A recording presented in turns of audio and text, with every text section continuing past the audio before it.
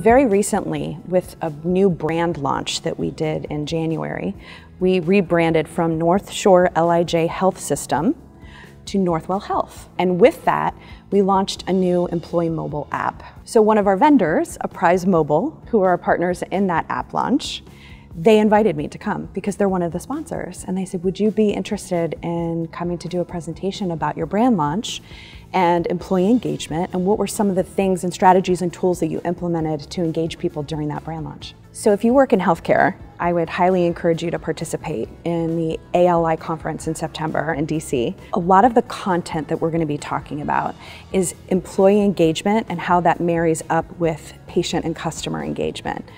And what are the impacts? How do both of those things relate to one another? And what's the nexus of those two engagement strategies? And I think as healthcare and representing those that work very long shifts, giving their lives to save others and care for others and keeping them well, to have strategies and tactical things that they can do to make that connection between how we build culture around care and empathy and marrying that up to how our customers and our patients respond to that, that's a huge win. And I think coming to the conference will allow you to network with other professionals in healthcare and share those strategies to build your own strategy.